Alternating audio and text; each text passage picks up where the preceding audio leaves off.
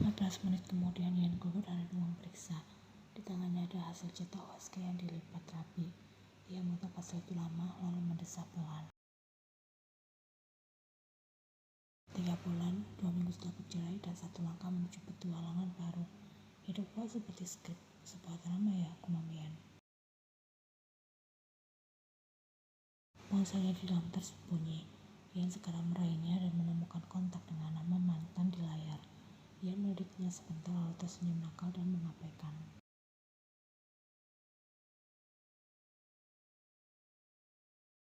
Rumah orang tua Yan berada di pinggiran kota Seoul. Rumah 2 lantai dengan taman kecil di depan. Banyak tanaman pot dan suasana terlihat nyaman.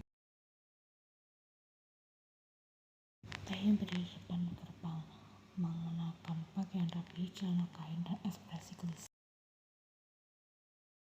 Oke Kim Taehyung, ini bukan kencan, bukan juga lamaran, melainkan penjelasan. Jelaskan pada orang tua mantan istrimu bahwa kau mungkin sudah anak mereka dan baru ketahuan 2 minggu setelah bercerai. Gampang kan, gumam Taehyung pada diri sendiri. Dia mengatur nafas dalam-dalam, kemudian menekan bel pintu. Terdengar suara dari dalam. Siapa ya? Tunggu sebentar.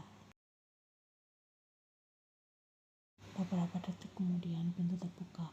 Muncul Nona Lee, ibu kandung Yan yang berusia parubaya yang berpenampilan elegan. Ia terlihat kaget saat melihat Taehyung. Kim Taehyung, gumam Nyonya Lee. Taehyung tersenyum kaku. Sama siang Momoni, aku ada sedikit perlu. Dia mengobrol kalau Apoji dan Momoni tidak merasa keberatan. Kedua halus Nyonya Lee tampak naik. Apa kau tahu biasanya lelaki yang sudah menceraikan anak gadis orang lain tidak akan datang kembali dengan santai seperti ini. Taehyung langsung merasa tegang. Aku tidak santai Momoni, jujur saja aku nyaris pingsan dalam perjalanan kemari. Masuklah, tapi kalau kau membuat mantan ayah mertuamu naik darah, aku tidak ikut tanggung jawab. Nyonya Lee mempersilahkan.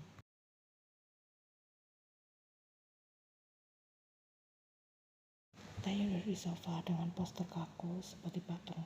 Tuan Choi muncul dari dalam rumah dengan sandal rumah, berkemeja rapi dan ekspresi tidak bersahabat. Ia membawa gelas teh lalu menaruhnya keras di atas meja. Aku tidak tahu kenapa kau datang kemari, tapi sebelum kau buka mulut jawab dulu pertanyaanku. Kenapa kau membuat anakku menangis? Tanya Tuan Choi dengan raut sinis. Taehyung langsung salah tingkah. Tidak, setidaknya belum lagi. Apa katamu? Sentak Tuan Choi dengan nada tinggi. Maksudku, aku datang kemari justru karena dia membuatku hampir pingsan. Aku pikir kami sudah selesai. Aku pikir cerai artinya ya sudah masing-masing. Tapi kemudian dia bilang jika dia hamil 3 bulan. Jelas Taehyung dengan buru-buru. Nyonya Lee memicingkan mata. 3 bulan. Di saat kalian baru bercerai selama 2 minggu. Memangnya kau yakin itu anakmu? Tanya Tuan Choi dengan nada mencurigakan. Taehyung langsung bangkit dengan refleks. Ya ampun Apoji, tentu saja yakin. Kami memang sudah renggang waktu itu. Tapi bukan berarti kami tidak. Maksudku kami masih. Kedua orang tua Yan terdiam. Taehyung merasa semakin bingung. Masih tidur bersama, kadang-kadang kalau sudah makan samyetang, lanjut Taehyung dengan suara rendah. Nyonya Lee dan Tuan Choi saling beradu pandang. Lalu Tuan Choi menunjuk dengan sumpah serapah. Kau ini apa-apaan, sudah berencana bercerai tapi masih dasar sama sekarang.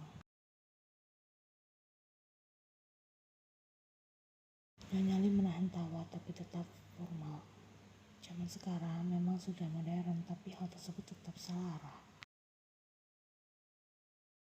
Aku juga bingung Apoji dan Momoni. Maka dari itu aku datang kemari. Aku tidak tahu harus bagaimana. Gumam Taehyung sembari memegang kepalanya. Aku tahu, aku yang sudah meminta cerai. Tapi sekarang, Aku lihat hasil tes begitu dan aku merasa seperti aku baru sadar takut kehilangan segalanya. Lanjutnya, kalau memang kau masih punya perasaan, kenapa kau ceraikan dia? Tanya Tuan Choi dengan suara lebih tenang. Karena aku bodoh, aku berpikir jika hubungan kami terlalu ribet, itu artinya kami tidak cocok. Aku pikir lebih baik berpisah baik-baik daripada terus bertengkar, balas Taehyung pelan. Tapi ternyata aku rindu pertengkaran itu. Aku rindu saat dia berteriak, aku juga rindu dia yang menyembunyikan remote TV ketika sedang marah, gumamnya. Nyonya Lee sudah memberikan pandangan lembut. Dan sekarang kau mau bertanggung jawab? Taehyung menghela nafas berat. Aku tidak tahu apakah Ian mau, tapi kalau dia mau, aku akan melakukan apapun. Aku bahkan rela tidur di sofa seumur hidup kalau itu bisa membuatnya dan bayi kita merasa nyaman.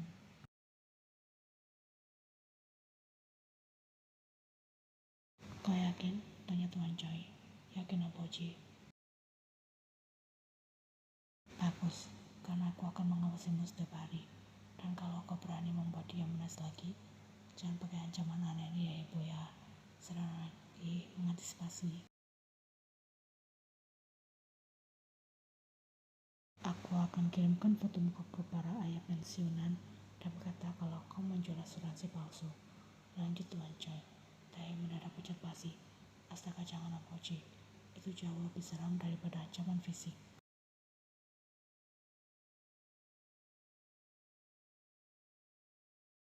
Taehyung keluar rumah dengan langkah pelan, nampak kelelahan tapi juga lega.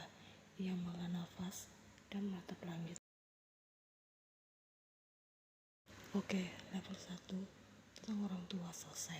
Sekarang tinggal level 2 yaitu Joyen. Taehyung menarik nafas panjang. Semoga dia tidak melemparku dengan sandal waktu aku bilang jika aku siap jadi seorang ayah. Lanjutnya.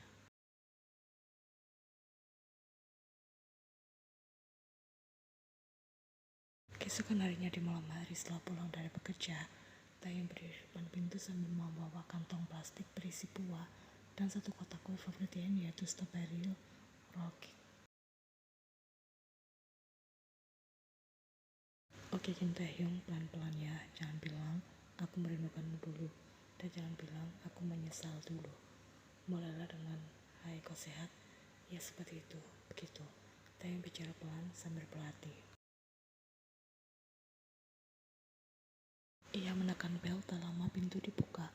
Muncul Yen mengenakan kaos dan celana pendek, rambut agak berantakan dan wajah tanpa makeup, tetap cantik menurut Taehyung. Yen memberikan tatapan tajam, mau apa? Taehyung tersenyum kaku, mengangkat kantong plastik. Mau mengantar buah dan maaf, aku tahu kita sudah bercerai, tapi aku tahu kau sedang hamil jadi... Apa kau sudah memutuskan sesuatu? Selayan memotong. Taehyung menghela nafas. Entahlah, usainya benar-benar sudah 3 bulan ya. Aku langsung hitung-hitungan, ternyata itu...